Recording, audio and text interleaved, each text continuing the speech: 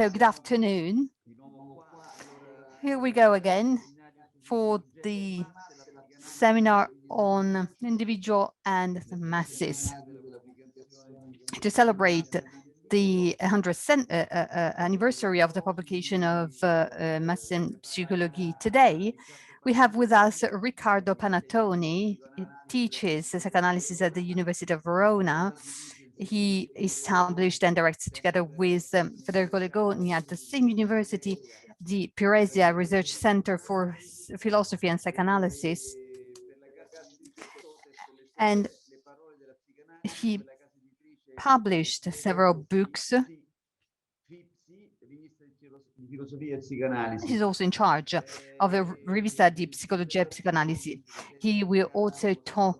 We will also have Stefano Guerra, psychoanalyst. He will discuss Riccardo's thesis. So here, the title of Riccardo Panattoni's presentation is From the Masses to the Swarm.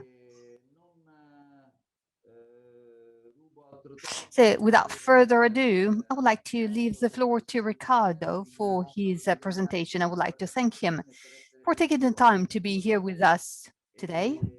And Riccardo, over to you. Thank you. Thank you for inviting me. And also thank you for giving me this opportunity to talk once again about this text and to also try and compare it to other authors so that we can somehow follow a path, because it is a sort of journey that will also be a circular one, but let's try and follow this. Well, the first point I would like to raise, I would like to call your attention to as a starting point for my address. Well, it is not simply the dialogue that Freud introduced with Le Bon, but also the fact that Le Bon's text is also merged into Freud's text, the way in which Freud, in fact, refers to this text. And he also highlighted a few passages of Le Bon's text. And so the point that I would like to focus on is that the present is indicated by Freud as a time of passage, a time of anarchy, a period of transition and anarchy.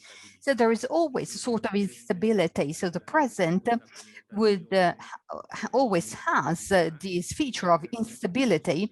And we know that to Le Bon, instability is featured, so this sense of anarchy and this transition, this period of transition and transformation that the historical present represents and somehow highlights, well, it is determined, caused by the crowds. So crowds have these characteristics. They actually feature this specific aspect. And as we know, this aspect is not picked up by Freud, because the problem, according to Freud, is not the crowd, but rather the problem is the mass. And he said that very clearly and openly. It is difficult to attribute to a number such an importance. So it is not so much for Freud a matter of dealing with the number, the quantity, but rather it is a matter of dealing with how a mass can be determined. How is a mass, how a mass develops and how it becomes one. Also vis-a-vis the leader that actually leads the mass. So much so that Freud himself also quoted Le Bon, where Le Bon himself, though he referred to the movements of the crowds, to the quantity, well, individuals disappear in a crowd, and heterogeneity somehow merges with its opposite. So also for Le Bon, the dimension of crowds converges with unity, because a crowd stands together and I think that this is what mainly interests Freud, what he wants to highlight. Now, in this exchange between crowd and mass, this multitude in the sense of quantity, and then the trend, the tendency to unity, to being one, well, I wanted to address this point also quoting Canetti, another author. Well, of course, I do not want to really open up a literal dialogue. However, I would like to refer to Canetti for some of his insights, also because there is a symbolic aspect that you take into consideration, in the sense that, today we are celebrating the 100th anniversary of Freud's work, and Canetti explains the birth of this great work, as you know. Well, it comes from a direct experience in 1921, when as a child, he was involved in a mass movement. And so this experience, this direct experience that he had in 1921, led him to talk about what sort of experience could be the experience of the mass. And then he continued to work on the idea of the mass, so much so that he only wrote an autobiography. And Canetti tells us, with regards to the mass, tells us something that generates some tension. And I would like to highlight this because I think that this could contribute to our discussion. There is a tension, a friction between two different types of masses, an open mass and a closed mass. But the concept of mass, said Canetti, and he links it to a natural aspect, if we can call it so. I mean, what actually provides substance to the idea of mass is that the mass is open. The mass has this specific feature. It is open, and there's no limit to its growth. It is open to every direction. So the mass is a unit, but also if we follow Canetti's indication, we may see that the mass can grow, it can expand, it can grow. Not only should it grow according to Canetti, but it can only grow because when it stops growing, it disgregates.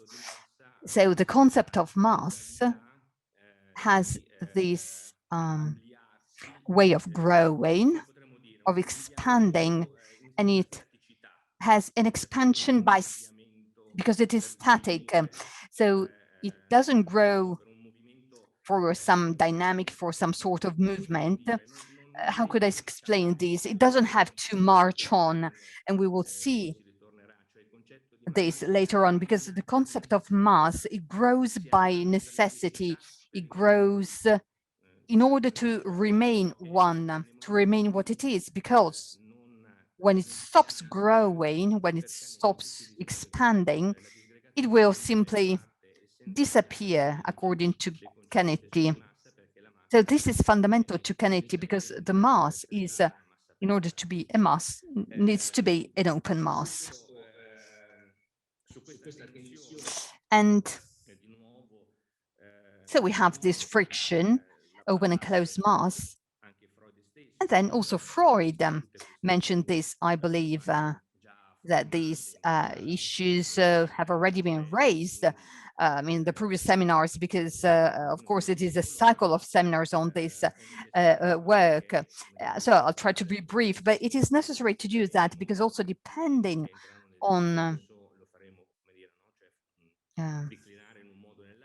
we will, of course, need to give a specific definition of mass.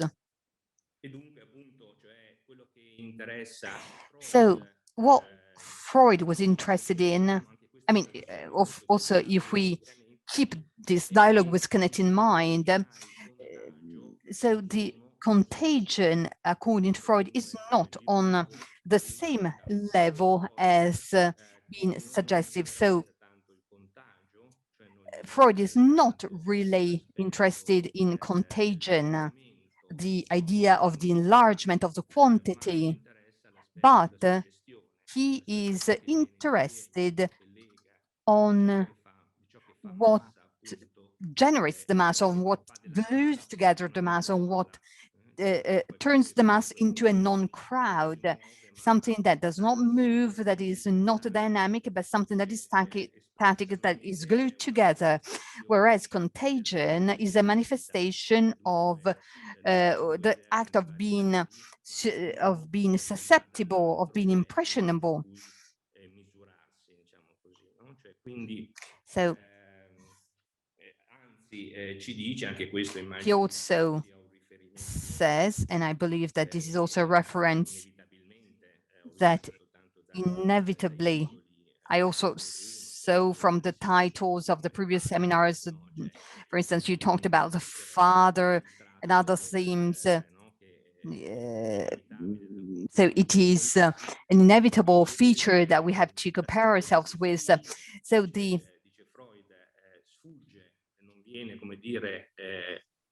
suggestiveness is not understood for the structure that the mass should have if it is not led by a leader, if the mass is not led by a leader. So if we do not have this point of reference, this reference to the leader, the nature of the mass will become impossible to understand, to seize. So the group does not have a leader. However, now, vis-a-vis this indication,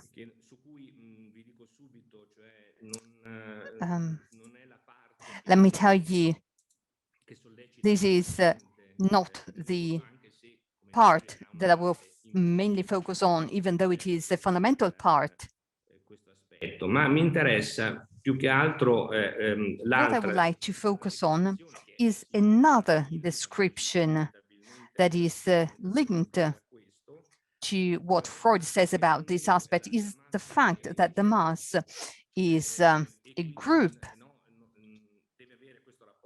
is a flock, and therefore it has to be connected to the shepherd, because the flock can be decomposed. So once again, we have the number, we have the idea, the quantitative idea that in some ways must characterize the structure of the mass, and it constantly reveals its a component as in the sense that it can be disgregated because it has this connotation. So it leads us immediately to a crossroad that we know, and we must bear this in mind, because the unity or the willingness to integrate, to be together, is not a primary aspect, but it has to come to terms with the primary pulsions that Freud includes in this discourse and that he presents, which are the self-preservation pulsion and the sexual impulses. So the alternative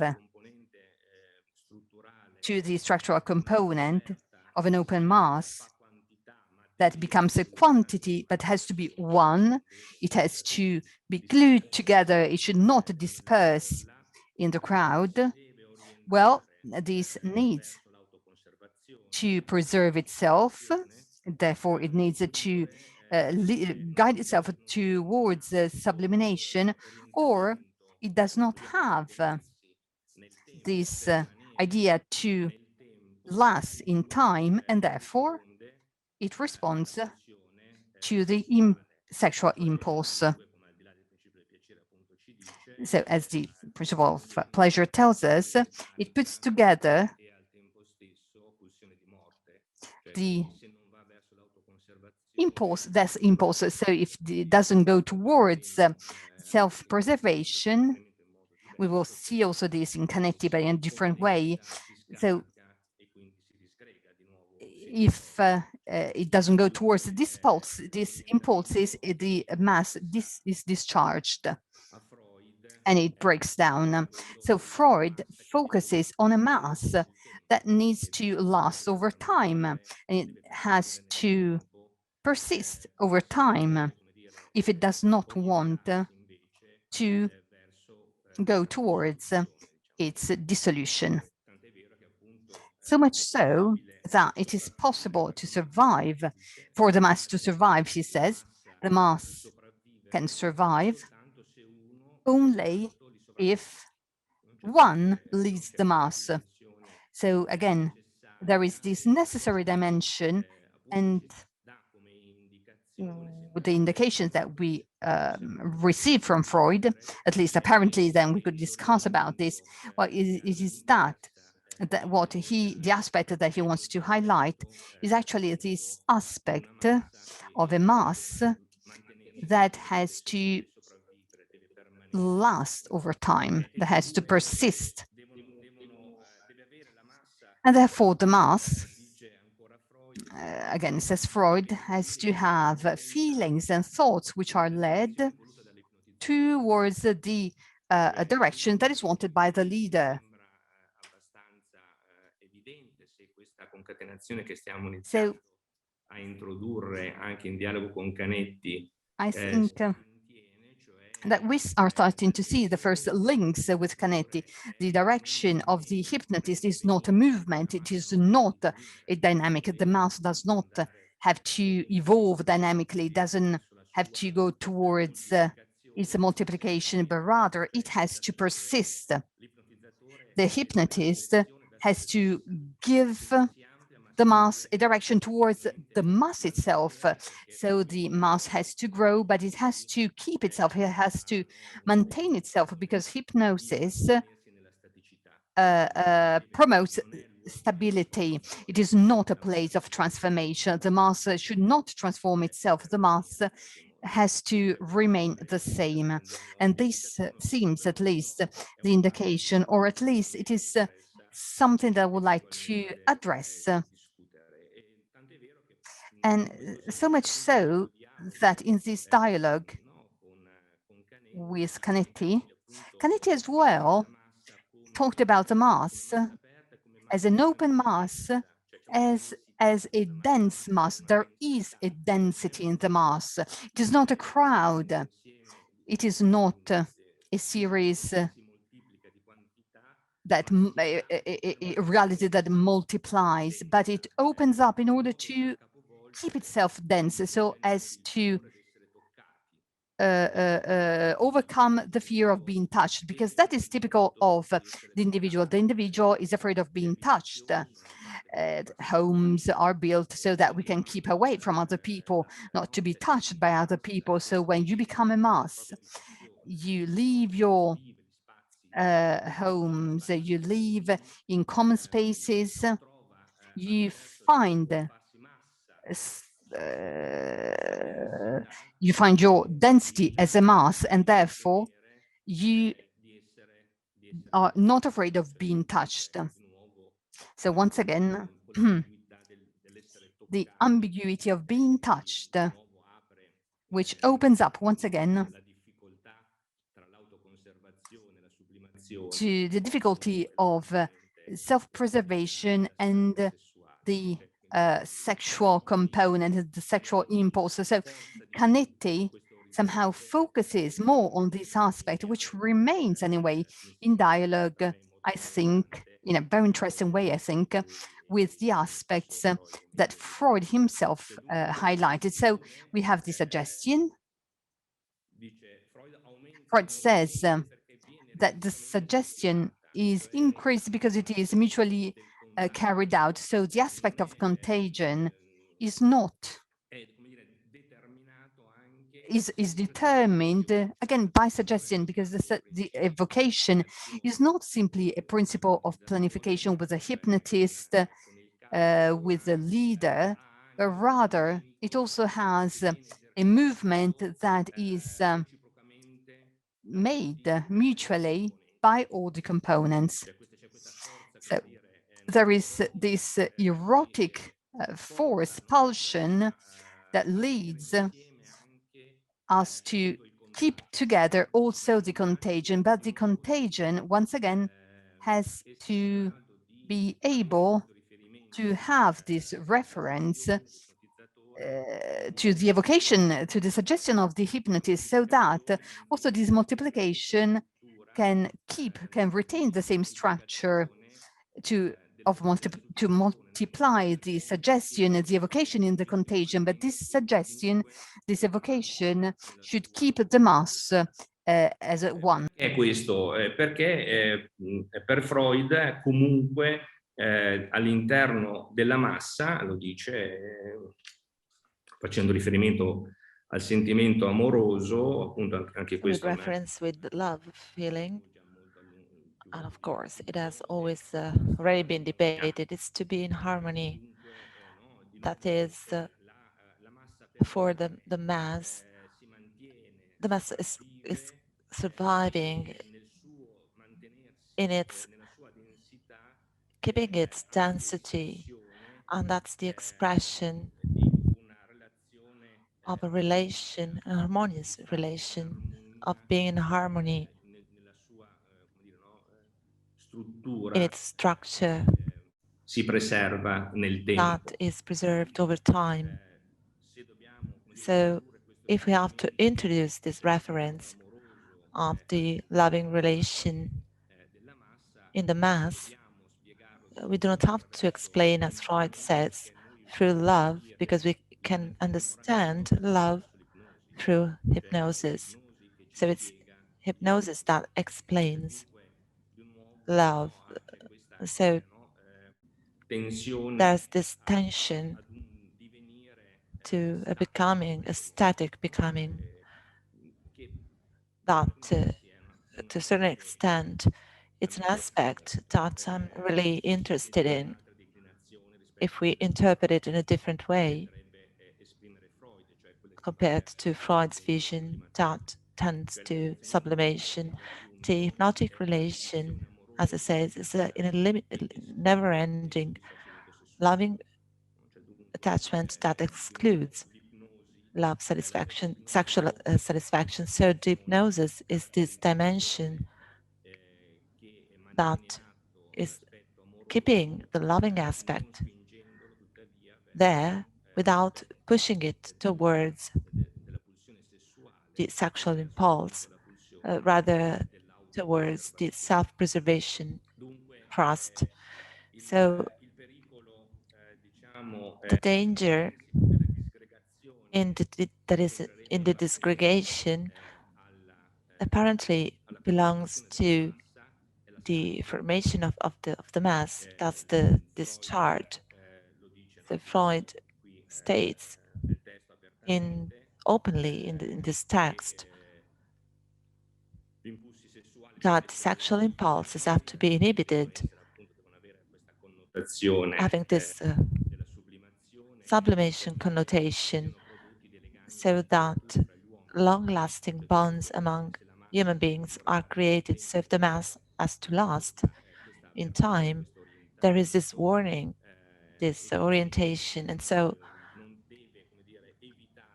it hasn't to avoid the extraordinary reduction that is instead introduced through the sexual impulses,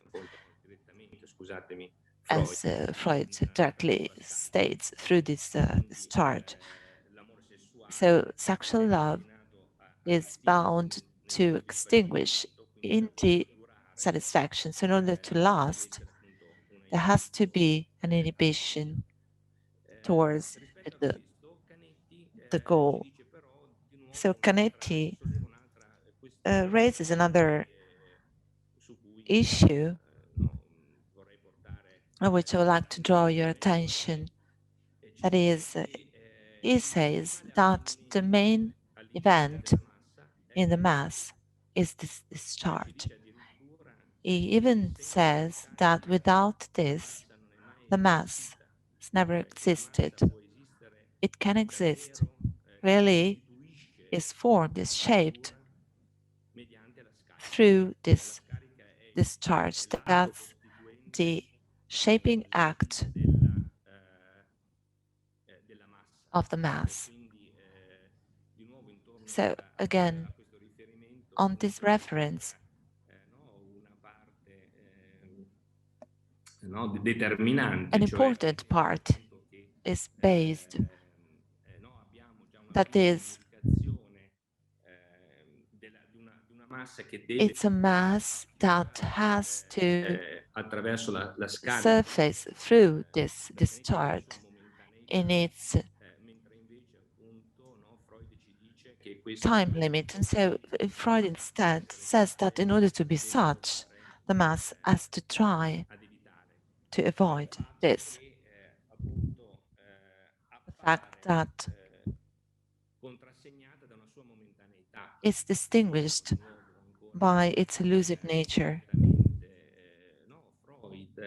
As Freud says, it's a temporary creature made up of heterogeneous elements merged together for an instant.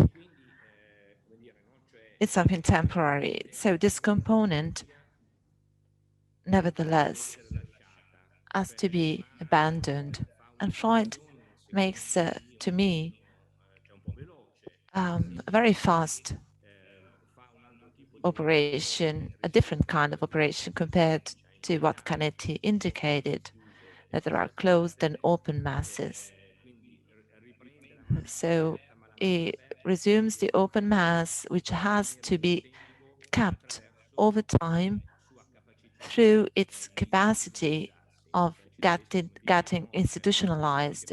So there has to be a study that has to be considered. And again, the church and the army have this function. These are open, but at the same time structured to last. So I think that states something that is the opposite. To me, that's the actual challenge on which we have to cast our attention. The fact that this mass has this connotation that is this temporary nature. It's not easy at all, as Freud says. So not dealing with this nature of the mass because it's considered simple. So it's like saying if it goes towards the sexual impulse, it's a simplicity nature that is easily understandable. If it is condensed, it discharges and dissolves. Instead, what actually needs to be taken into account, what deserves our attention, is instead how the mass can be organized, can last, and so how it can abandon that natural tract that Canetti indicated as the open mass and introducing an artificial nature, allowing it to last in time.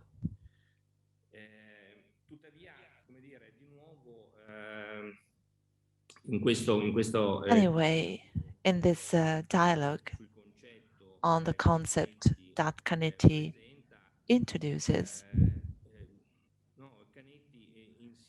Canetti insists on this issue that the mass is there where nothing was there. So there's this indication of something that in its nature as this temporary moment in time. The surfacing of the mass is not pre-announced. There was no expectation for the mass to be what it is. And the goal, and again, there is this concept of an inhibited goal. It is there even before it has a name.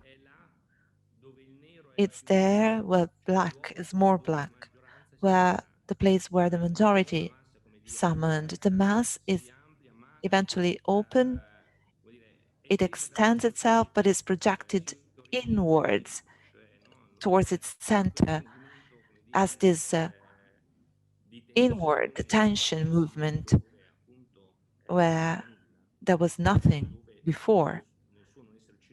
And in this void, the mass appeared. So Canetti says, what is actually the symbol that epitomizes the mass? It's fire. Fire is the symbol of the mass. It's the place where it's burning. As a matter of fact, masses do not march, as Canetti said, but move on the ground, thumping with no direction, stepping, trampling on the floor. So why are they stepping on? Because they want to extinguish this fire. They want to extinguish themselves. They want again to measure themselves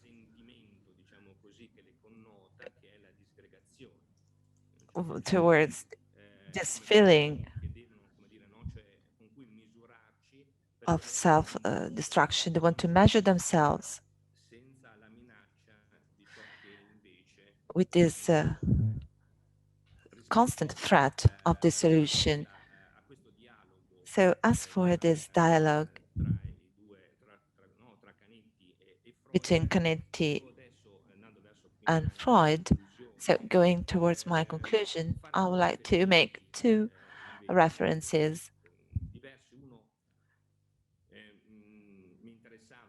The first to Biancholand, so from the masses to the swarm, to show, of course, for the sake of time, I have to be short. It's a critical position of mine towards Biancholand. The way he introduces this concept. So anyway, it deserves our attention. So what is Biancholand doing actually? Getting in the concept of the mass in the digital era. It's the reverse operation. There's a sort of opposite movement trying to provide, again, a condensation to the mass itself, wanting to reintroduce the concept that the mass has to remain, have this lasting strength, because the swarm in the digital era is a crowd. So it's something that has nothing to do with the mass. So according to Biancholand, the concept of multitude, so Negri and Dante do not grasp this transformation that was introduced by the digital era. There's no multitude. What is characterizing digital being is not the socius, but the solus. That is, it's not the multitude, but loneliness. That is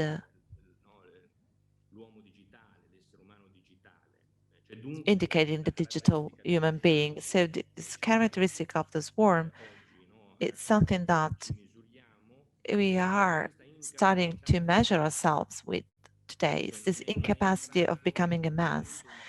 At the moment in which, from the digital component, there is a new, comes out to the reality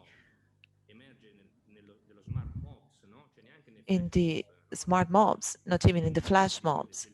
So in the moment of the flash, but also in this smart mob. So this musical culture emerging in the reality of the digital era. So when there is something that comes out of the digital and condensates and surfaces, it's not creating a mass, but a crowd, according to Biondi. So it's not capable of marching. It's not capable of introducing an action. It's not capable of creating a future. So the digital swarm is a new crowd that is introduced, whereby it is opposing to this vision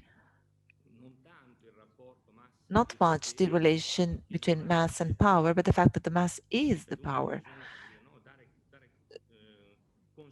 So we have to recreate this the function of this mass compared opposed to the disgregation of the crowd in the digital era with the loneliness of human beings. So mass and power, digital swarms are not marching. So again, it introduces a reference not to the fire, not to the stepping on, but on marching. So they're not capable, being so elusive, to develop political energies. So this indignation refers to this volatility that they're not capable of articulating debates in the public spaces. They are unstable, elusive, amorphous. They are created suddenly and disgregated very quickly, even when they are smart mobs. That is, when there is a smart appearance and not only a flash or an elusive appearance. So they're lacking stability, constant continuity. They're not capable of articulating a public speech. They can simply appear, but this appearance is not capable of constructing a public speech. So these masses are not capable of creating a debate. They simply appear. And so again, the crowd is the attempt to provide an answer that Biondi is introducing around the concept of restoring the mass, and a mass that is capable even of marching, of remaining in time and marching compact. The other reference on which I would like to draw your attention, and I am more sensitive to this second remark. Please tell me if I'm still on time. You have 9 minutes. I'm getting to my conclusions. It was just an overview. So instead, I would like to introduce another topic. So not necessarily this emphasized movement that the digital era is introducing. So again, this contraposition between the virtual and the way of creating a mass and representing the actual reality to move and march. I think that it's more interesting or important to me the suggestion by Simon Don on this same indications and making a whole set of references that refer to another horizon compared to this alternative. The fact that the ancient people, or it's also referable, and we can discuss on this with you, or even more aware of Freud's notions. Anyway, Simonton refers to the ancient times. They didn't know that instability or stability represent an alternative, either being unstable or stable. That is, there had to be a balance, as Freud says, in sublimation and the harmony is created of the mass being together. That's a stable balance. The concept of balance has to be centered on stability, and a stable balance is what is counterposing to instability. Instead, to a certain extent, they didn't know what Simondon is giving us an indication, that is the metastable balance. It is possible to reason around the concept of metastable or pseudo balance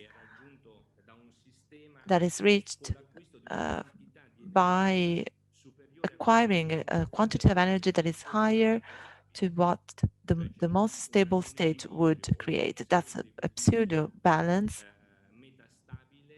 a metastable balance that is accumulating energy that is higher compared to what is suitable to establish something that has to remain in time, in its stability. That is, there must be an operation, a transductive operation. That is, we have to think of creating a mass, so to say, as a transmission of energy from one point to another of a system. So it's a thinking out this movement of the mass as an energetic movement, a transductive movement, and metastable, that is of modulation. So not wondering what a mass is, not asking ourselves an ontological question, rather understanding the modality, the pattern, the way in which it is actually maintaining itself in its fire. And so in order to define Simondon the metastability, we have to consider a concept of energy that's a potential energy. So we have to orient ourselves to be experienced on the mass on an energetic and not only on a morphological view. So we do not have to wonder what's the morphology of the mass, rather what's the energetic component that the mass is condensating somehow. So it states that the most important aspect of social group lives at this time is not their stability, but how in certain moments they are not capable, and so that's why they create a mass, to preserve their structure. So they cannot, so that there's a modality of dissolution of the mass, creating a mass, and through the mass introducing this transformation. So not necessarily the alternative of self-preservation, or rather the discharge towards the dissolution, but there's a way, there's a sort of transformation in this creation of the mass through this transductive component of energy. So they cannot preserve their structure, they become incompatible with themselves, they are differentiated, and they are oversaturated.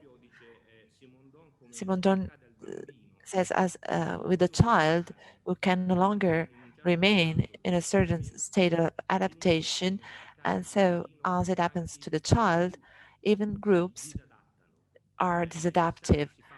So a mass is created because there's a moment of transformation in which we are not adapt to our present. And so that moment of instability from where we started is again an essential moment to live in the present.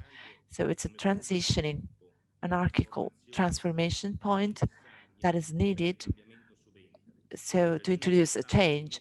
So this metastability state is comparable to a state of tension that releases a lot of energy at the disposal of a local accident. This metastability state can be compared not to a state of harmony or a loving state, but to conflict.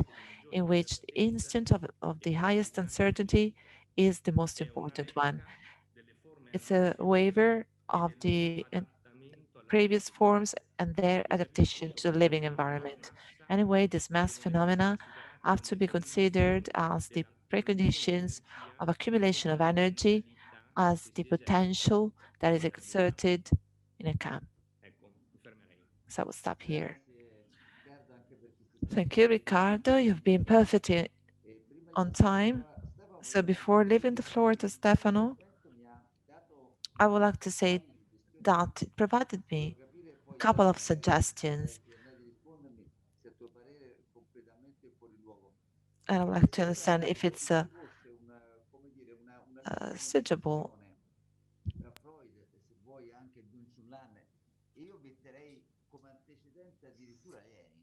So I would also describe Hein on the masses connected on how someone uses the mass for power. So structural masses that have enchanter, hypnotist. But if I understood correctly, what Simondon, Le Bon, and also Canetti are connected through the spontaneous masses in which the figure of the hypnotist is less significant, in which the figure of power is less significant, if I understood correctly what you said. However, I would be curious to know your opinion. And the second issue, the second thing that I wanted to ask, if this discharge, this original violence that built the mass, evoked in your reading, your interpretation, resonance with the killing of the father. So can there be a sort of parallel between this and the killing of the father? And then you will give us your opinion on these issues later on. Now I would like to leave the floor to Stefano Guerra. Stefano, you have the floor. Thank you. I would like to thank Professor Panattoni, who allowed us to compare Freud and other authors. And also, I would like to make a few considerations, a few remarks, which in my view are not simply consequence to Freud's ideas, but they can also be an alternative to Freud's ideas. I was very interested by this latest idea that is, moving away from the ontological structure of the mass to its functioning mode, because these are two ways of addressing the problem.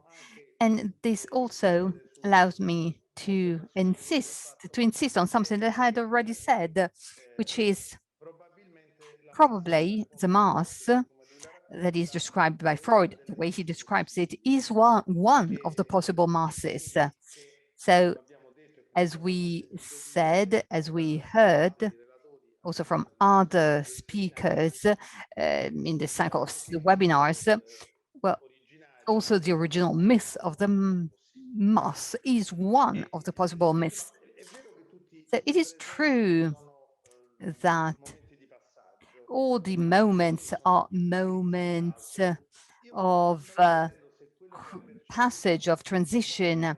But when Le Bon talked about the age of crowds, it might be the class conscience and also the demand of masses to become the protagonists of history. I think that this could lead to a first question. I mean, have we moved towards this direction, or the dissemination of the communication media, instead of producing an enlarged democracy, has simply focused the power only in the hands of just a few? Now, going back to Freud, the mass told by Freud, and also partly told by Le Bon, well, I think that we might say what we observe in that mass is the revelation, the exposure of the subconscious, because maybe in that way, that mass is a mass that shows us an attitude that is particularly regressive.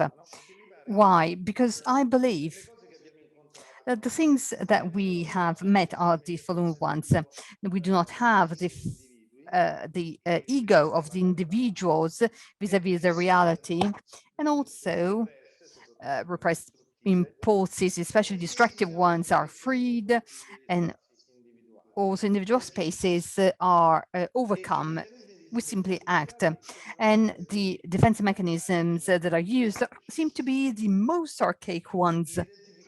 And the identification with the leader relies upon idealization. And then there is the mutual identification among peers. And this is a way in which the sense of belonging to the group is developed. As Professor Panattoni said, it is not the aggregation, but it is the common identification with the leader. And then the physical closeness is not so scary, as Canetti said, but, and I think that this was clearly highlighted, there is a basic homophobia, an underlying homophobia that prevents the members of the group to give free vent to their sexual impulses, because these impulses need to be sublimated, because otherwise they would be destructive for the group. So the mass is kept together by the leader that is not simply a mediator, as we said.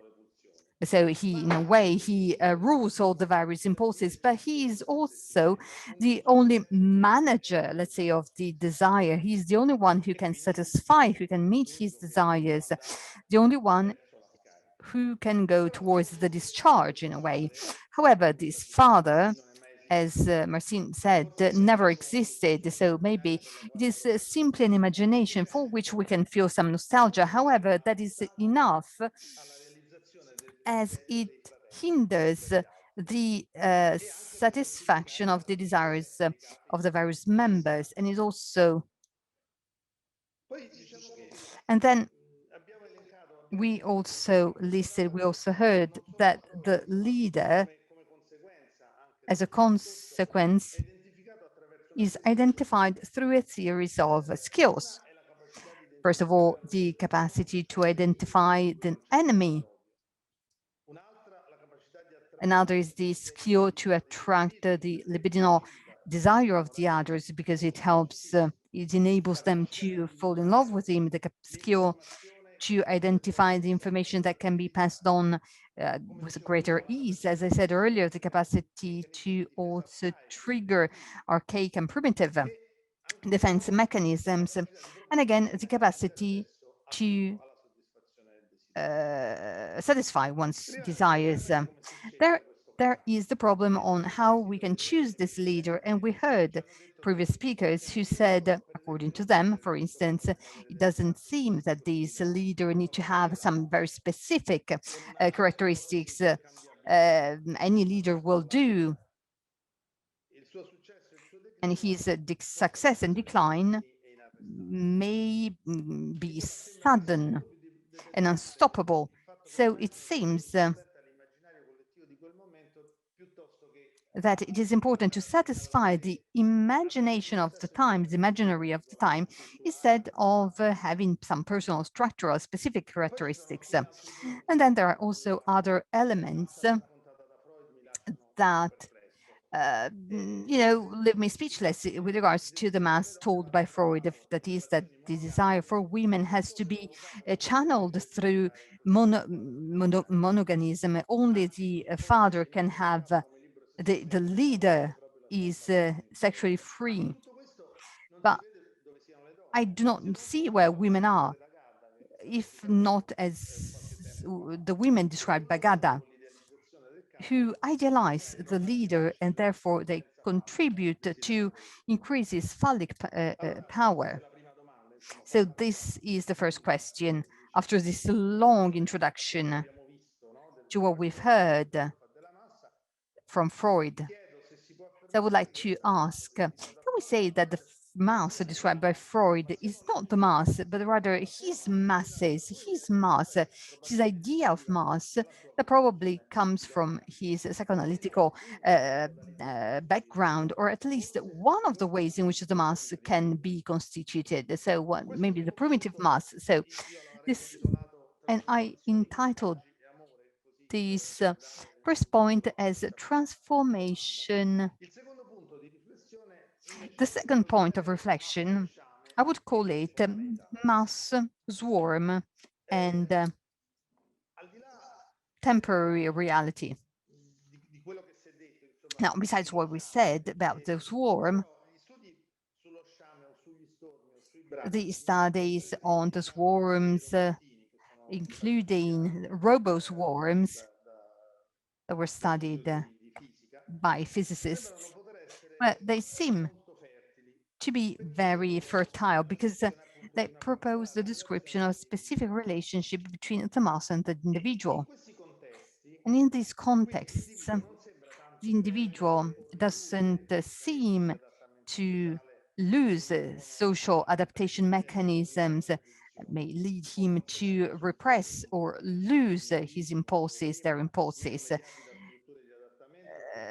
thus resorting to more primitive mechanisms. Now, in this type of aggregation, the leader seems to be chosen without any specific rule, but simply the leader will determine the new behavior of the mass. The leader simply is led by the self preservation of the mass. Now, let's talk about the sardine. The sardine lose their value as individuals because they obey two principles. The first being they are as close as possible to an individual of the same species. And the second is that they are as far as possible from their predator. Now, those who will not adapt to these two rules will become praised for the good of the mass that will be saved, but also on the basis of a mechanism of natural selection that will actually reward those who will adapt more. So it is a strategy for risk reduction for the mass.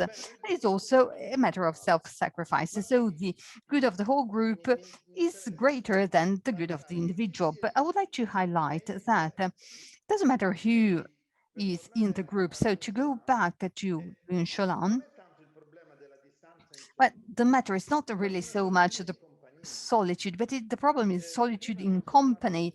Professor Trapattoni said that also in the virtual world, the real world is present. Also, virtual reality is a reality. But the problem is that in this type of situations, so the mass, the swarm, and so on, the relationships are all the same and they are impersonal.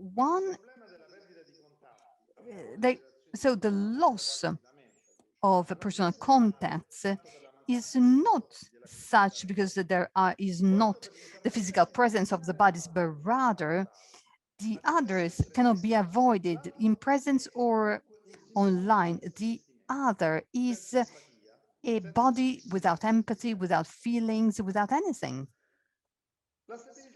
So the stability of this type of aggregation does not seem to be possible because they grow endlessly until the breaking point. The phenomenon is exactly the opposite to what Canetti described. It is not the disintegration that sets in where the mass stops growing, but it is the mass that stops growing when the disintegration steps in. And to understand when this point of disaggregation arrives, we have another concept introduced by Panattoni, that is the concept of metastability, because the growth of the mass is a typical example of metastability, a condition of dynamic balance that is possible as long as the external conditions allow that, but beyond a certain dimension, it is difficult to manage that, also for several reasons. And also the feelings of this mass as, they are short-lived because they endured the phase of metastability.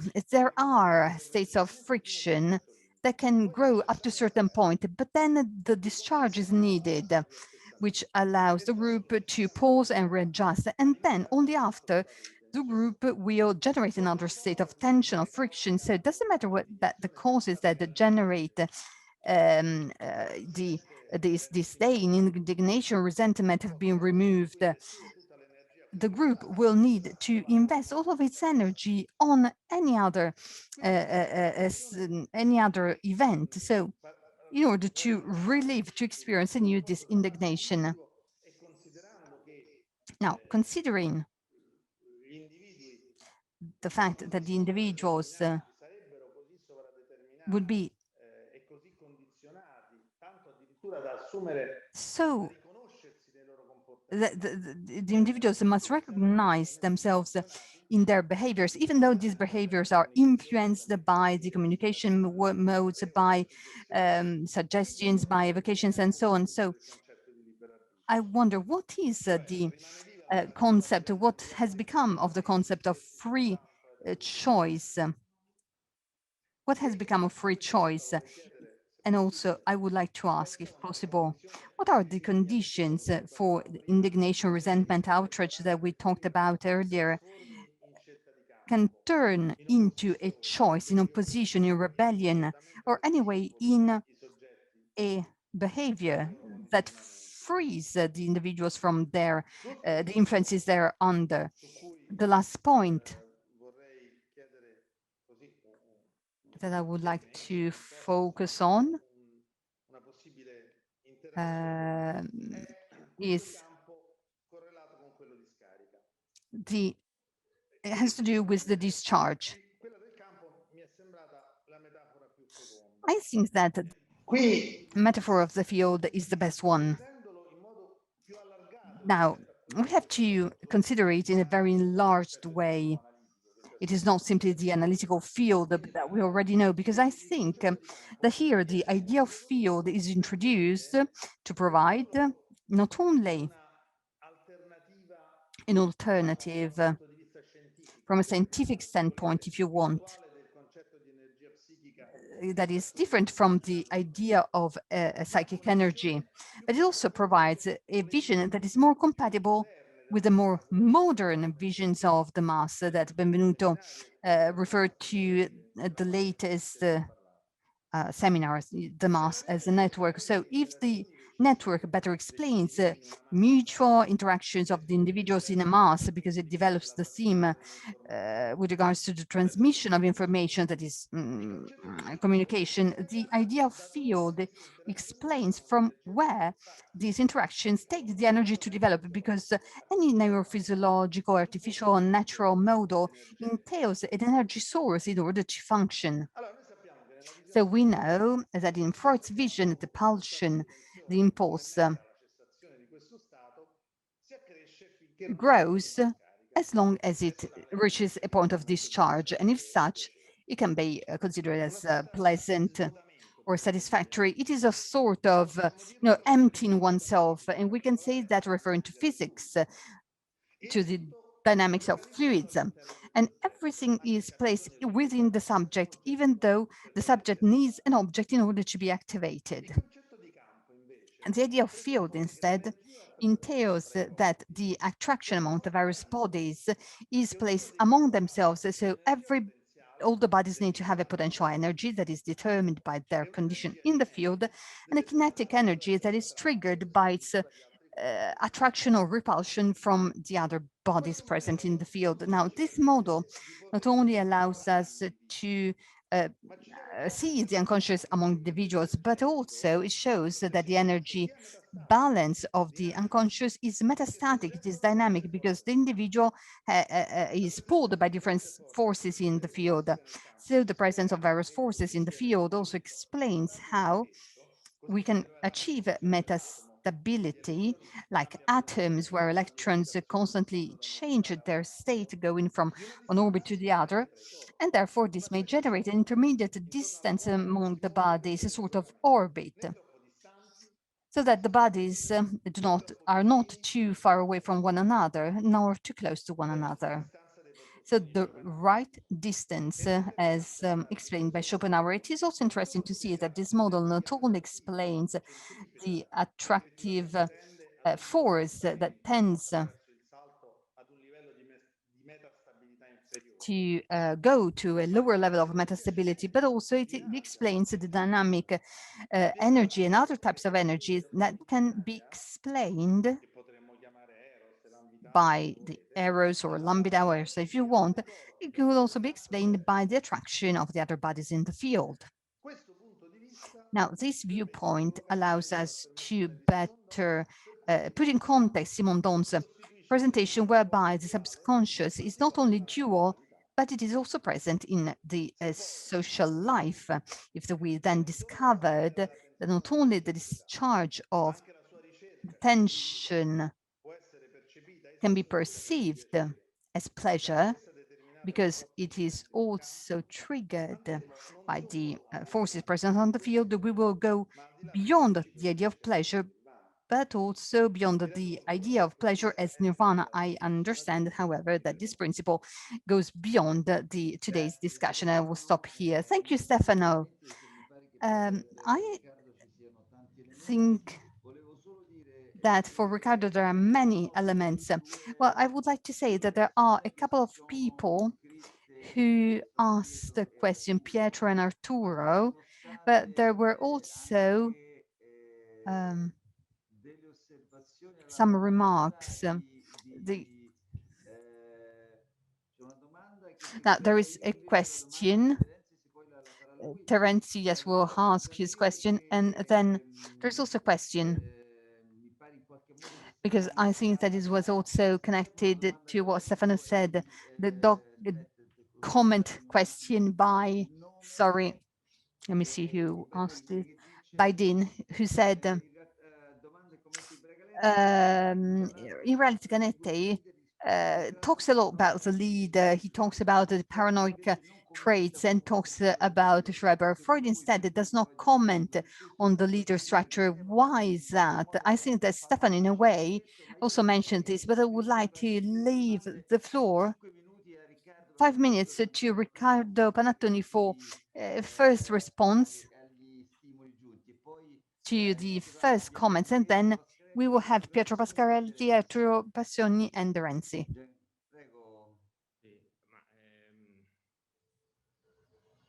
ha fatto molto piacere, ma quello che ho anche ascoltato da I was very happy to hear the comments by Stefano Guerra.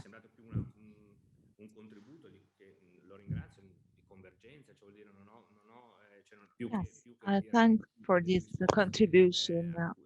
Well, rather than having some answers, I would say that he was resuming some issues that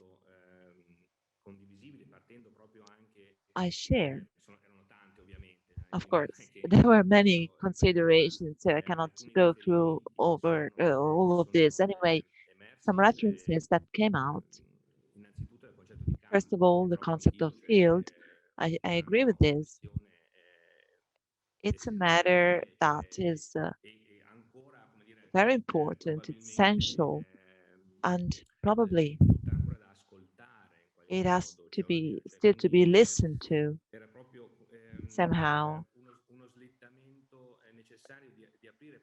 So it's necessary to make this considerations on the metastable transductive element as a movement of lateralization, the circularity that Lucian was introducing to bring us back to this movement in which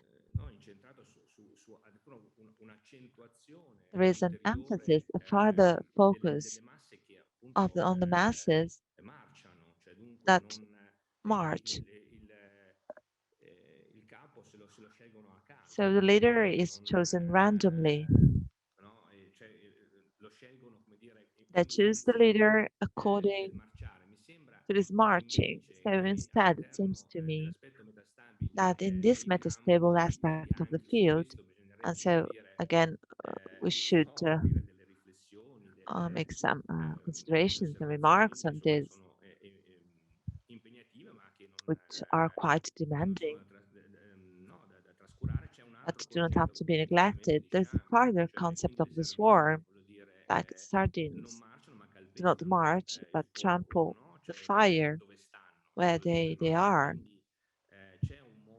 So there's a way of remaining in a metastable and transformative form. So not necessarily there must be a guidance. The issue is that this field is a field of energy, of potential energy, and kinetic at the same time. It's a field of tension for the presence of the bodies. And I also agree with the reference that it has to be listened to carefully when there is reference to the virtual sphere rather than thinking at the cyberspace issue. So sense of the space being cybernetic, to me, it's more suitable to talk about the network. So a net, this concept of empty space inside which to be oriented, there is already a network, a structure of a field. And so I was interested in highlighting that not simply counterposing to the concept of returning that Benjamin is saying of the mass, not to fall again in the crowd, but to have an enhanced mass that is no longer mass empowered, but power that does not step on but march. So a different modality in the need of becoming a mass. This is a process of transformation for instability. So transformative instability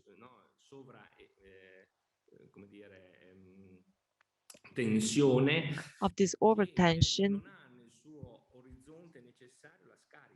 that has not a discharge yet in its horizon. So the discharge can happen, but it's not oriented to this. There is a limitation that is not sustainable, or it's misleading and justifies this movement of Bianchulan that Freud is indicating. Maybe the mass is his mass of self-preservation or sexual impulse, so discharge and dissolution. So I believe that the metastable aspect and transductive element represent another way of being in this process of creating a mass that does not only want to stay, but want to transform itself. So I think that the point that we couldn't analyze thoroughly is that, for example, I had some meetings with young people who created a movement, and it's too fast, the fact of dismissing them because they were not capable of having an actual impact of creating a public speech. So I believe that this indignation, the moment in which mass is formed, it's a mass in a field full of energies. So it's not only a temporary indignation. I believe that to face this, we require a paradigm shift, as I've tried to explain, from the morphological point of view, from a classical deontological questioning to a model ontology as questioning the how, the and not the what. So it's this model ontology is already an ethic to tackle this transformative modality that the mass, the staying together allows. So again, a different interpretation compared to what Bentulan is introducing of the swarm itself, the group. What is staying together? So to go back to the initial thoughts of this alternative on the question of power, as Freud and Bentulan explain. So what I would like to add on this, to conclude, that it's not a choice anyway. The mass is created out of a necessity. It's not a guidance, it's a way, it's a modality that is already there and absorbs its potential energy and kinetic energy, so it's not that much an alternative. It's not a choice possibility, it's the listening, the actual listening of a modality of staying together in this field that is determined the moment in which bodies are present and create the field itself. Thank you. So Pietro Pascarelli, then Arturo, and then De Renzi. Well, let me first thank Riccardo Panattoni for this wonderful introduction, in which, as I said at the beginning, before starting the connection with the participants, there are some important items that pave the way to certain horizons, even though, from my point of view, the usefulness of these new horizons, so to say, relies on the fact that it has been an aspect of this reasoning has been put to extremes. And so it is taking the extreme of a Freudian thought. So the extremized effect is the mass. So starting with the title, Psychologies of Masses and Analysis of the Eye, is the indication of Freud, according to which we have to consider at the same time the mass and the formation of the ego. So these have to be intertwined, interconnected, put together in their relations. So I make a very fast digression to the concept of stable. This wonderful and fascinating new horizon that opens up pertains not only the horizon of a transforming mass when it became unstable and so it's no longer working or functioning, but there is also transformation of the egos composing this mass. So Simondon is centered on this in a very precise and wonderful way. But it's also important to consider the ego, the self. Otherwise, we are outside of the more comprehensive perspective of Freud. But there's still a piece missing to me. When we reason, the mass is not there because if we were to start from Simondon thoughts, we have to have a critical event that triggers things and starts this accumulation of energy that would then destabilize the balances that the group achieves. So we have different levels on which the resonance is located. We have an initial meta-historical plan, the mythical plan, and on this plan, the initial moment starts paradoxically, because in this, there's no time, and there is no initial moment. So this being there is connected to poetry, to sacred things. Sacred means to adhere to someone or to something. Poetry attaches to the myth of the hero who would kill the father in its falsified version by himself, but with the contribution of the horde, of the mass. So in this nostalgic feeling of the father, the mass is created, the idealization, the leader is created. So the ego is then formed. And so this discourse is very fascinating and complete. So, of course, today we're interested in understanding this enlarged vision of the mass that is made possible through the media and cybernetics. But the issue is to see how this is resonating with the self and with these turbulences of genetic mechanisms of the mass. How are these interrelations interpreted? So I think that the first sign, I think that Nancy also expressed on this, on the physical value and relation of the energy that is marking the important moments, and the voice. Bodies under emotion do emit a voice that lets the other emerge, generating in the other body. And so the language is created. That is something that is generating a mass that wouldn't be possible without the egos, making this cohesive. So that's the invitation I would like to propose to Riccardo to consider in this perspective a greater connection with the function of the self and the presence of different egos, and Simondon's opinion, and this meta status is how can this lead to certain consequences, what's the result of this, and how we can imagine and overcome these results, and what's the contribution this could give to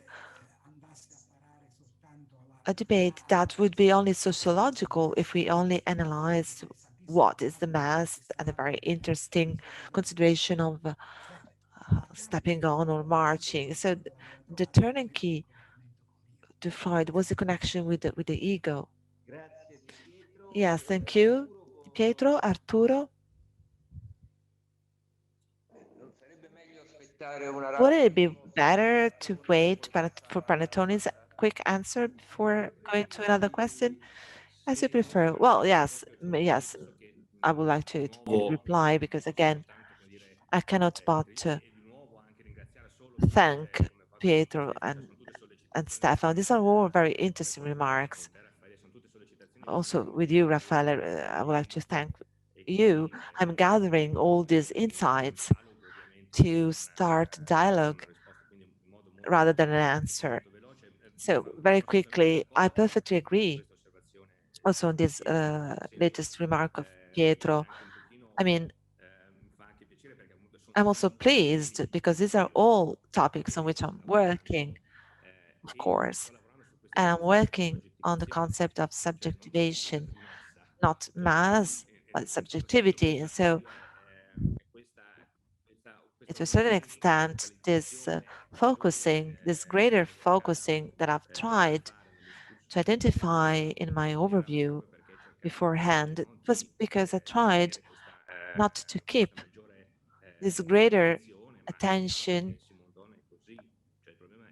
excluding Simondon, because also Simondon raises the problem of identification, and so the mass and the individual, this relation and subjectivity and the ego. So these are processes of subjectification. So these are to be taken into account at the same time. So I tried in part to highlight this. But actually, it was maybe a little bit cryptical when I resumed from Simondon this movement of the mass that could be comparable to the behavior of a child in its singularity. So, of course, these two aspects are interrelated.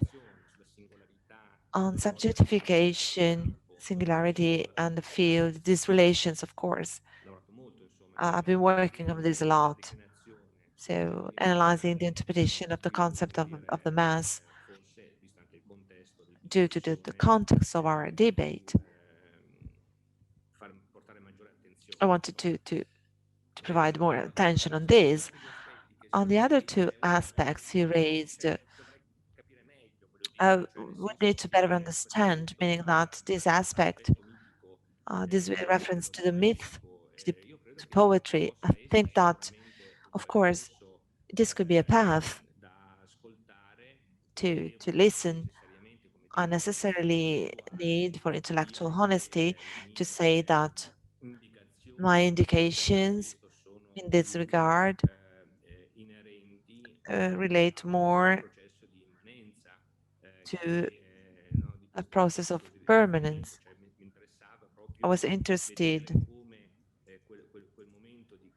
to see how this moment that Simondoni is resuming is in the local incidents. So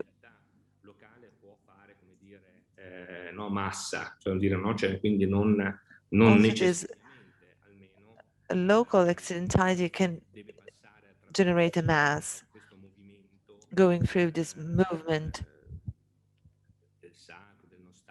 of the sacred, nostalgic, but we shall better understand, because it's not to be given for sure that these two aspects are different, because I think that the concept of transcendence and sacred are concepts that are permanent. So in this regard, the concept also of the onset or voice, the other reference you made,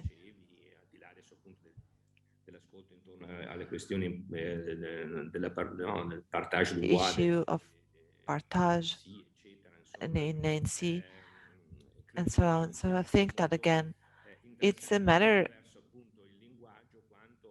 of course, giving the right attention to language. And the reference in Mongebes made on poetry, saying that words, the same words pronounced from two different mouths are different, even though it's the same thing. So the voice sounds on the vocal cords in different ways, and this makes a difference. Thank you, Riccardo, then Arturo Ingres, and Vincenzo Rapone asked for the floor. So let's be brief so that everyone can talk. Yes, very quickly.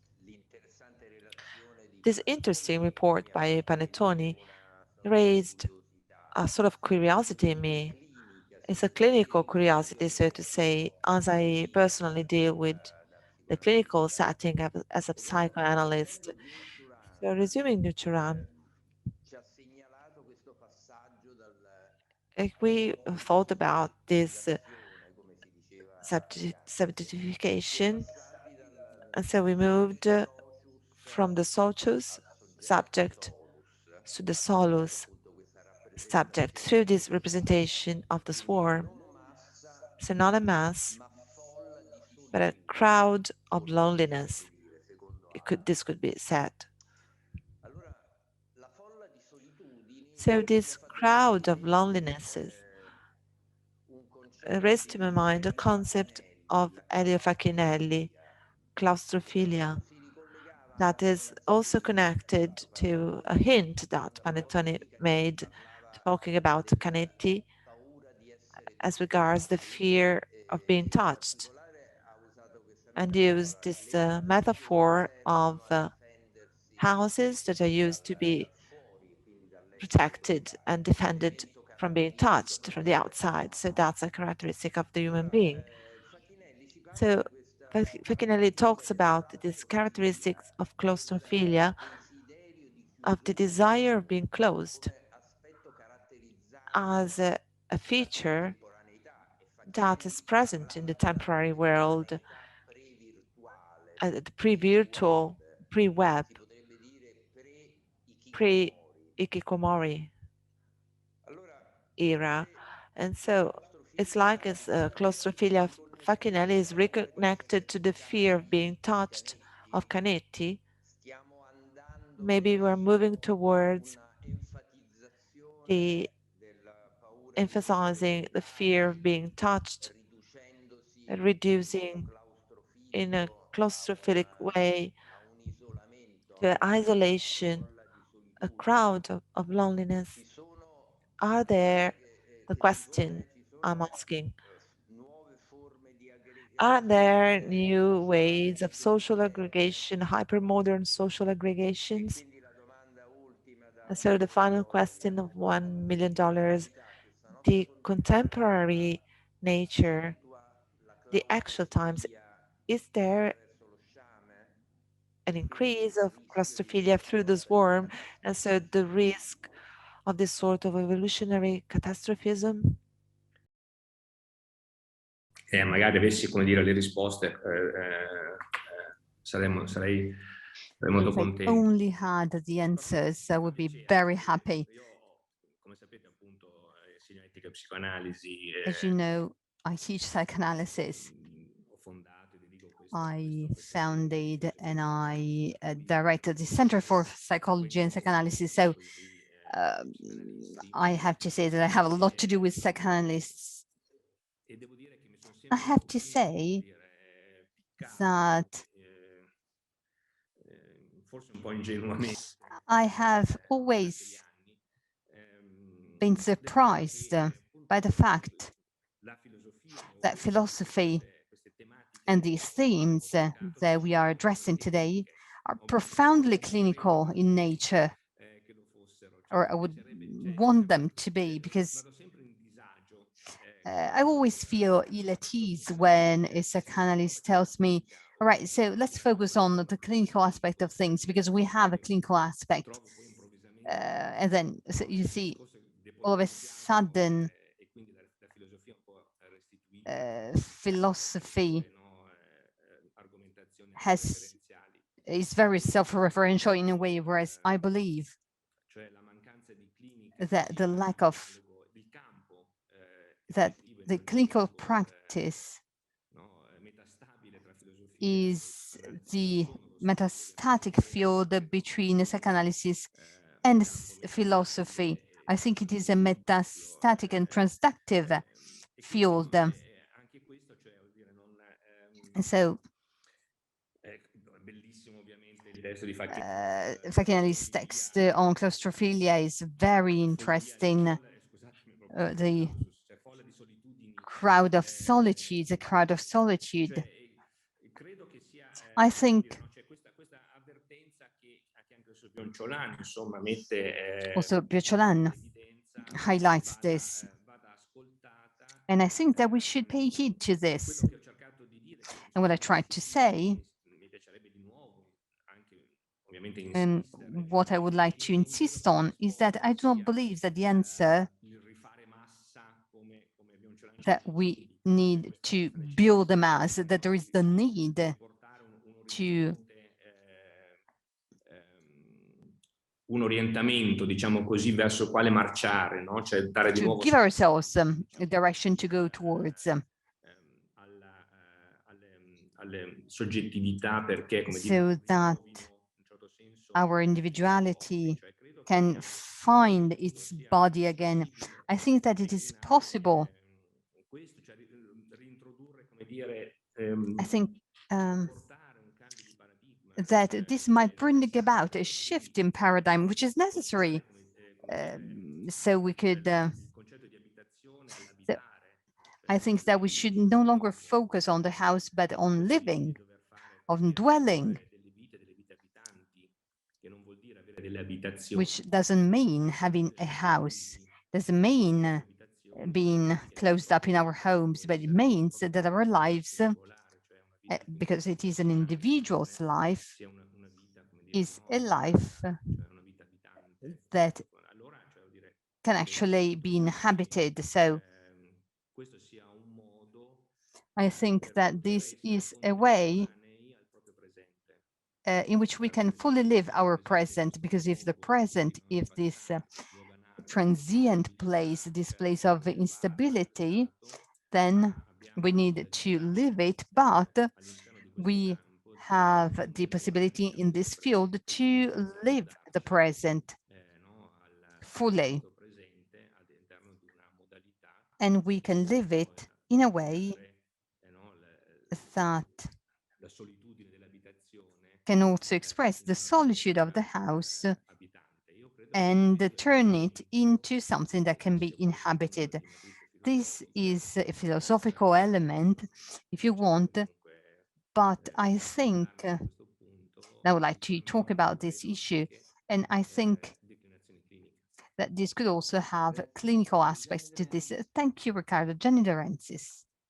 Can you hear me? Yes, very well.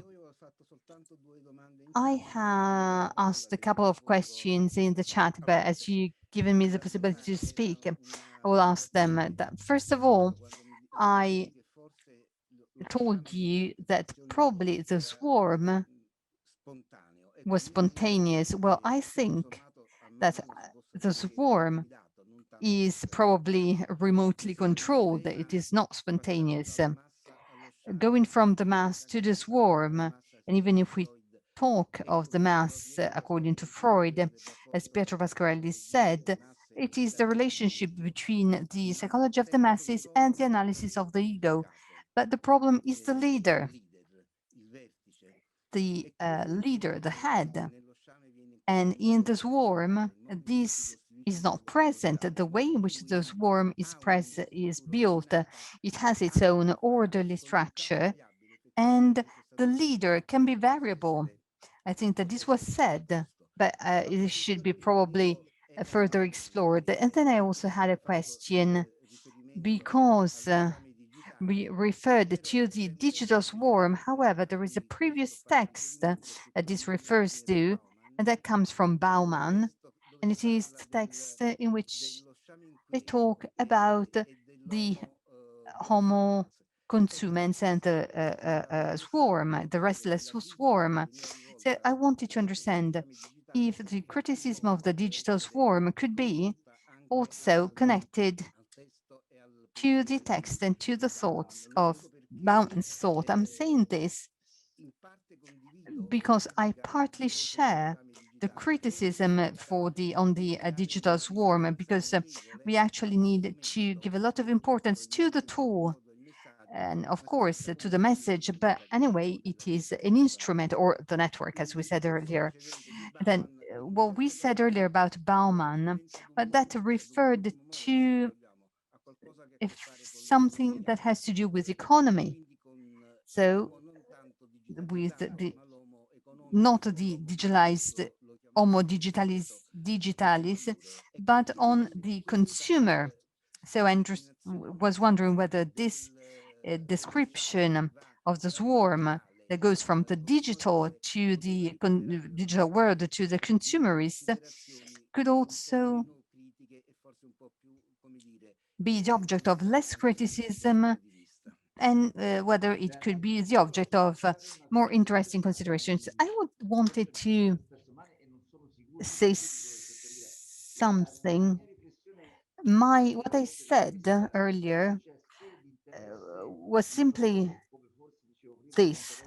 If Freud's interest was connected to masses that were used by some sort of power, and whether there were other types of studies on these spontaneous aggregations which are not led to the discharge, but maybe this is a consideration that is not really relevant. No, I understood. The problem is simply to understand whether if they don't have a purpose, that whether they're not determined, whether they're not produced. These are two different things. We need to understand what spontaneity means. No, of course, but as also Riccardo mentioned several times, the fact that they are established occasionally. So I do not think that this could be a tool of power. So I was wondering this, Riccardo, tell us something about Bauman. Well, yes, once again, these aspects, these two issues, which are connected somehow.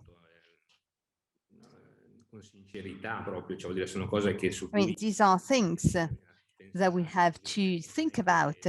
I mean, these are not issues that can be so easily solved.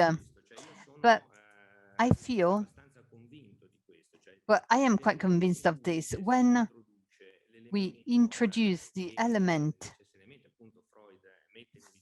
that Freud necessarily highlights, that is the leader, that is a form of identification, then the leader is killed, and therefore there's no leader, the leader is variable, or it is a temporary leader. Well, I think that when we introduce a leader, the mass finds its bearings. The mass finds its bearings. It becomes finalized. It goes towards. It has a sort of horizon. What Bionciolan asks, that is the fact that it moves ahead. It also has to do with power.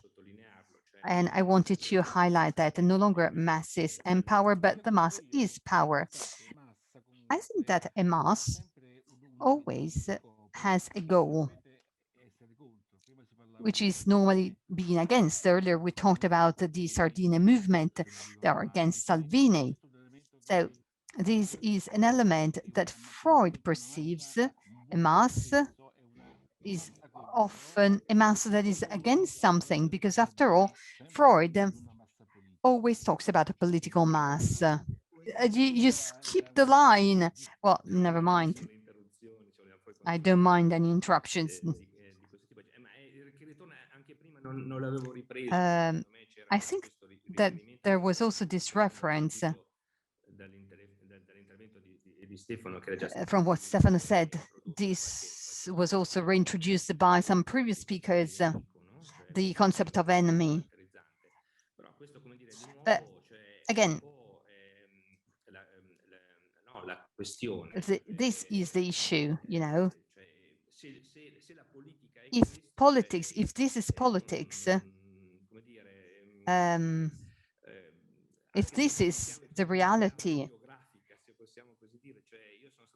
I studied Carl Schmitt very carefully, and I found it really, really hard to extricate myself from an author such as Smith, who said, just to understand what politics is and what power is, you can only do that knowing who your friends are, and you know who your friends are only when you establish and define who your enemies are. So you cannot say who's your friend if you do not understand who your enemies are. So the mass also has an idea of countering something else. If this is what politicians do, then we should go back to that. I think that we should also consider what Bionciolan said, and saying that he was right, because the problem, I don't know, linguistically, the problem is really not there. And I apologize for that, because I have not really found alternatives to Carl Schmitt, because that would be even too ambitious, a bit too ambitious. But I am really interested in the ethics of powerlessness. So a way of being, a way of existing. L'apparire delle sardine su cui... So for instance, the onset of the sardine. non sono state abbastanza, insomma, cioè, non so So se... the Sardinia movement was not strong enough. I do not know whether they simply wanted to counter the power. They countered Salvini when we wanted to identify them, when they identified as a mass that is against someone else. Is this only the only possibility? Is this their only description? Or is there always also another way of being able to do something that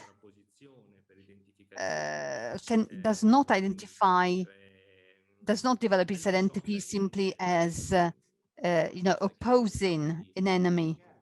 This was also what I wanted to say. Your political position, your political stance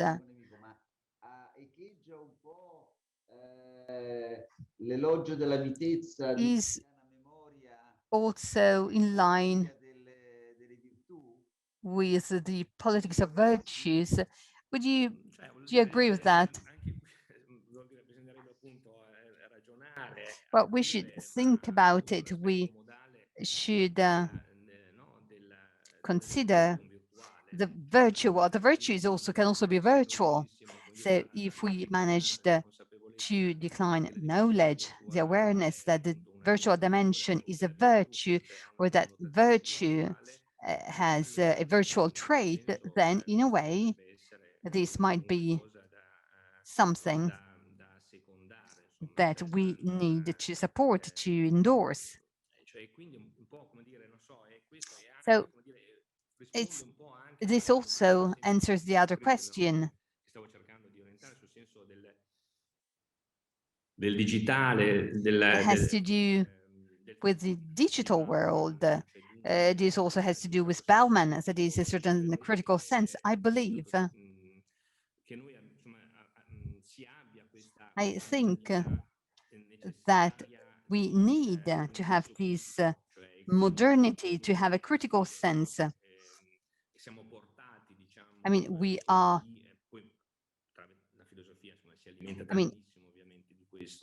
philosophy really relies on this. I believe that it is necessary to also understand this, but instead of the critical sense, I am more interested in the affirmative process that we can develop and that goes beyond the concern for analyzing and criticizing a situation in its evolution. I don't know. I do not really know how to explain myself. I mean, I do not really have the time nor the possibility to build alternatives when something has already happened. I have the possibility to introduce in the field and through the individual forces some alternatives that really make the difference, because that might produce a difference. And this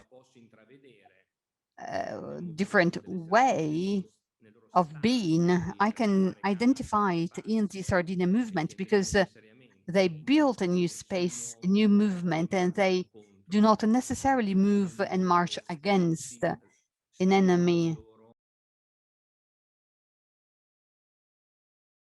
Sergio would like to make a final remark. No, I just want to say that I agree with Panattoni. Of course, not all groups have the same behavior.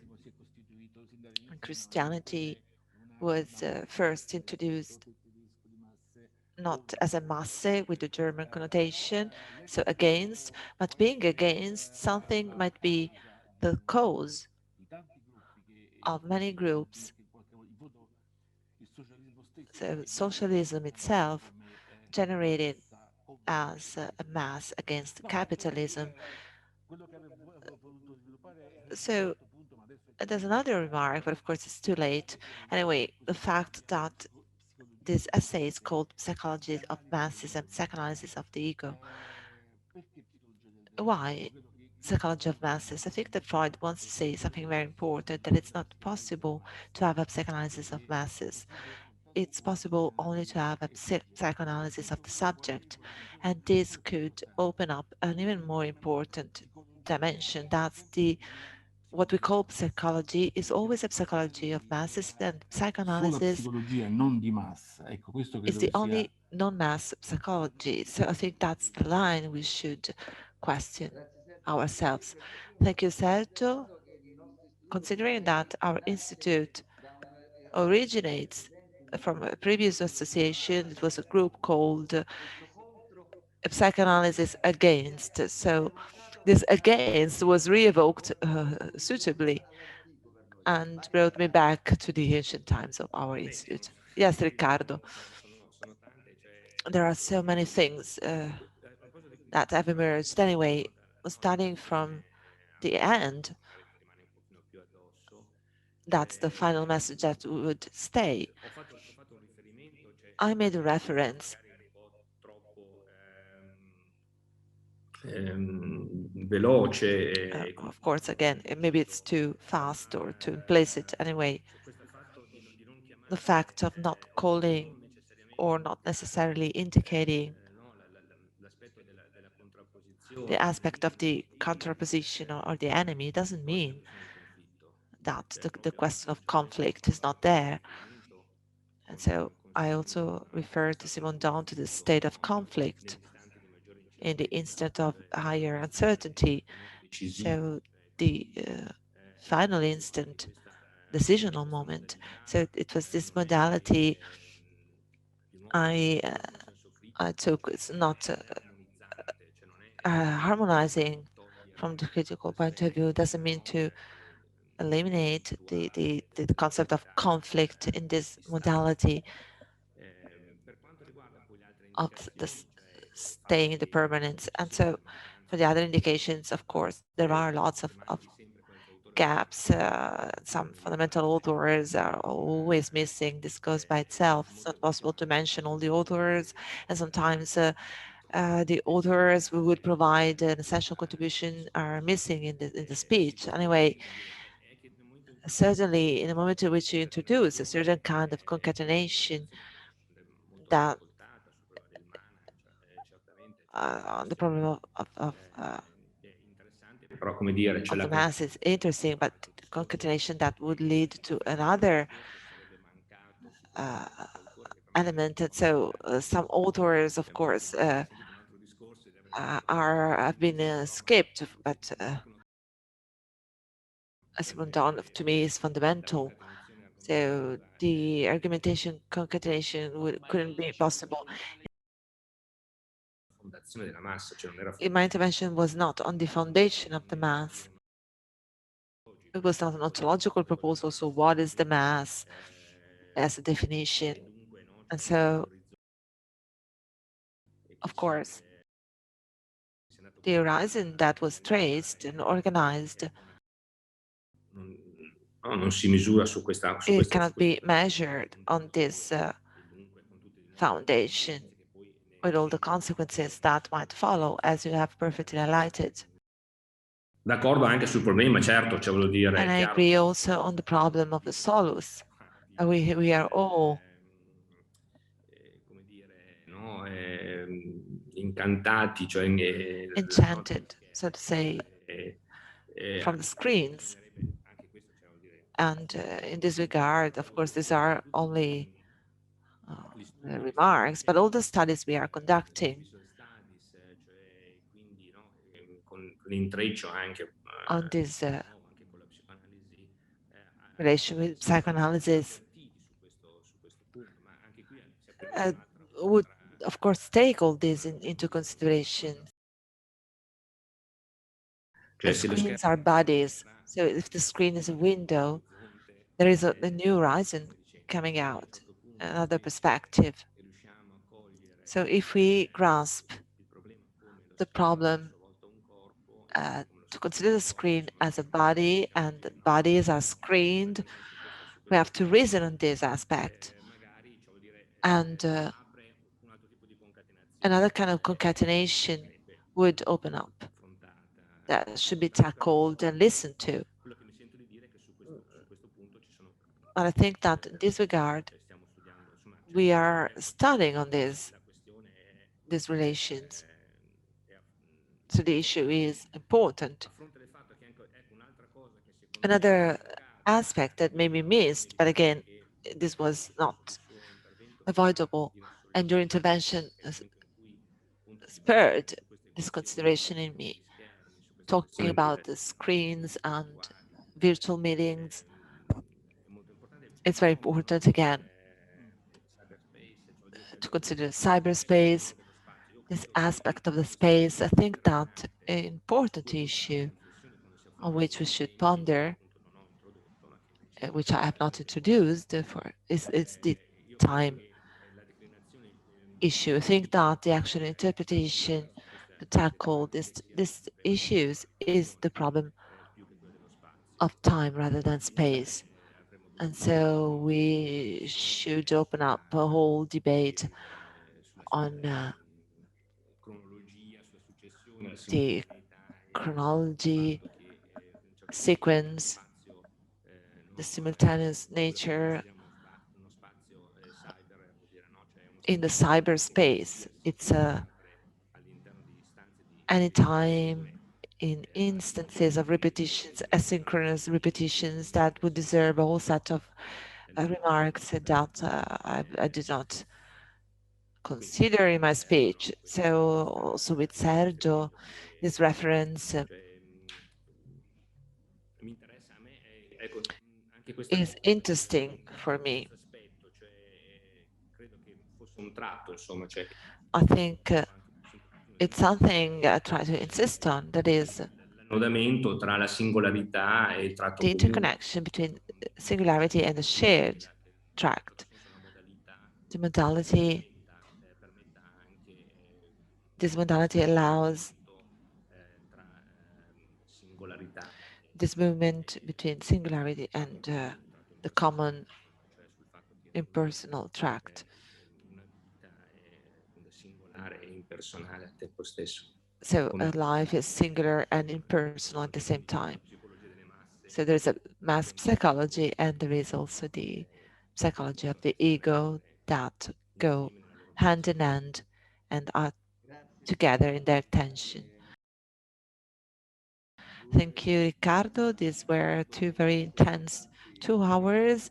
We're really animated by many interventions. So thank you so much. I cannot but conclude by reminding you the next appointment on Friday, 28th of March. The speaker will be Felice Gimatti with Bruno Moroncini and Stefano Guerra as discussants, moderator Paolo Pascarelli. I would like to remind you to visit the website of this new review promo, www.dromorivista.it. A new collection on mental health is just being issued. Thanks for being with us, for joining us. Thank you, Riccardo. It's always a pleasure to listen to you. Thank you. It was my pleasure. Thanks, Riccardo.